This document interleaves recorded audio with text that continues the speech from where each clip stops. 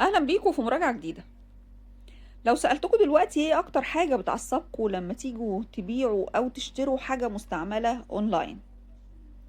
طب اقول لكم انا، الفصال المستفز، الناس اللي تدخل تضيع وقتك وفي الاخر تطلع تاني من غير ما تبيع ولا تشتري، او انك تروح تشتري حاجة وتكتشف انها غير اللي موجودة في الصورة خالص. طب ايه رأيكم لو قلتلكم ان في تطبيق مصري جديد نزل في الساحة اسمه ضروري، جاي يحل المعادلة دي وينافس بقوة؟ النهاردة جايين نكشف حقيقة تطبيق ضروري. هل هو فعلا ضروري في حياتنا اليومية وهيخلي البيع والشراء أسهل، ولا مجرد تطبيق واخد لقطة وإعلانات ممولة وخلاص؟ هنعرف مميزاته، ايه العيوب اللي واجهتنا فيه، وكمان التركات المستخبية جواه اللي محدش هيقولك عليها غيري. كمل الفيديو للآخر عشان بجد فيه تفاصيل تهم كل واحد فينا. ما تنساش لو لسه ما اشتركتش في القناة اشترك دلوقتي وفعل جرس التنبيهات عشان توصلك كل المراجعات الجديدة أول بأول. بص يا سيدي، أولا تطبيق ضروري متصنف على المتجر إنه تطبيق ترفيه، بس هو في الأساس منصة بيع وشراء محلي زي كده أوليكس أو دوبيزل، بس بروح عصرية شوية. وشعارهم او اسم الشركة المطورة للتطبيق ده هو ليست اور ليفت، يعني يا اما تعرض حاجتك للبيع وتعمل لها ليست، يا اما ترفع من مستوى صفقتك وتعمل لها ليفت.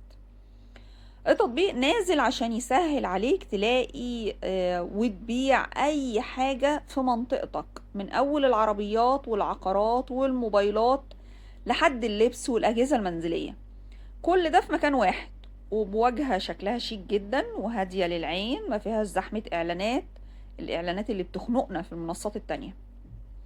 ايه بقى اللي يخلي ضروري ده مميز عن غيره؟ تعالوا نقسمهم في نقط سريعة. اولا، واجهة المستخدم.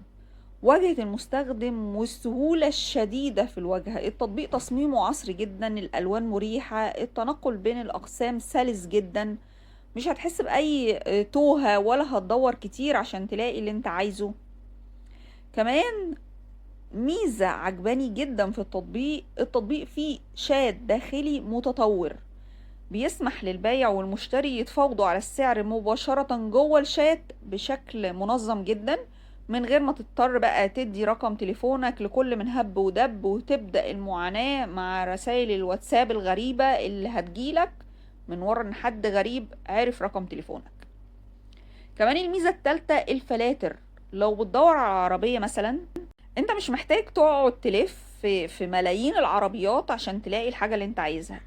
الفلاتر في التطبيق دقيقة جدا، انت بس ما عليك غير انك تحدد الموديل، عدد الابواب، الحالة، الميزانية بتاعتك بالظبط، وهيجيب لك الخلاصة في ثانية.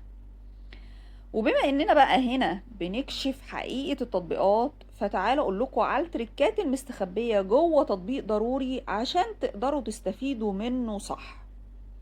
اولا، بما ان التطبيق ده لسه في بداياته، عليه حوالي 113 مراجعة بس، لكن تقييماته 4.4 من 10، فده معناه ان المنافسة عليه لسه قليلة شوية. فلو عندك اي حاجة عايز تبيعها دلوقتي اعرضها فورا. ليه بقى؟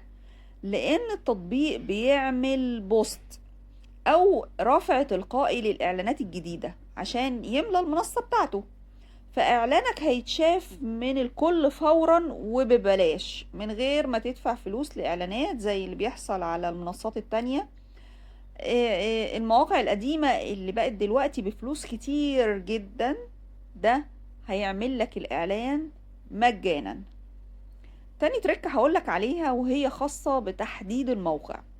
لما تيجي ترفع الاعلان بتاعك ما تكتفيش بكتابة المحافظة اللي انت فيها بس، ادخل اختار منطقتك بالظبط، زي مثلا انك تكتب انك ساكن في ال6 من اكتوبر، المهندسين، بولاق، لان خوارزميات التطبيق مبنية على المحلي اولا، يعني المشتري القريب منك جغرافيا هيشوف اعلانك قبل البعيد، وده طبعا هيسرع بالنسبة لك انت عملية البيع بنسبة كبيرة، يمكن بتوصل ل80%، عشان المقابلة هتكون اسهل. نيجي بقى للتقييم الصريح جدا للتطبيق. التطبيق خفيف على الموبايل، مساحته مش كبيرة، ما بيستهلكش بطارية أو إنترنت بشكل مبالغ فيه، تقييماته الحالية على المتجر 4.4 ودي نسبة ممتازة لتطبيق لسه بيبدأ. لكن فيه عيب أساسي حاليا موجود وكان لازم أقولكوا عليه. طبعا لسه ما عليهوش ملايين المستخدمين زي المنصات القديمة الكبيرة، فممكن تلاقي بعض الأقسام في محافظات معينة لسه ما فيهاش معروضات كتير. لكن ده طبيعي جدا لأي تطبيق جديد، العدد بيكبر يوم عن يوم. بس كان لازم تعرف ده عشان ما تعتمدش عليه اعتماد كامل. في النهاية لازم أقولك إن تطبيق ضروري هو بداية ممتازة عشان نكسر بقى موضوع الاحتكار في سوق البيع والشراء المستعمل في مصر، وهو بجد يستحق إنك تنزله وتجربه، خصوصا لو أنت بتدور على واجهة نظيفة وتفاوض مريح من غير دوشة وزحمة. دلوقتي بقى يا جماعة زي ما اتعودنا دوركم انتوا في المراجعة. عايز أعرف منكم في التعليقات، هل جربتوا تطبيق زي ضروري ده قبل كده ولا ما جربتوش؟ وايه اكتر مشكلة ممكن تكون بتواجهكم في المواقع التانية وتتمنوا ضروري يحلها؟ شاركوني بآرائكم وتجاربكم في الكومنتات تحت الفيديو، وانا هثبت تعليقاتكم، وما تنسوش اللايك والشير عشان الكل يستفيد، واستنوني في فيديو جديد.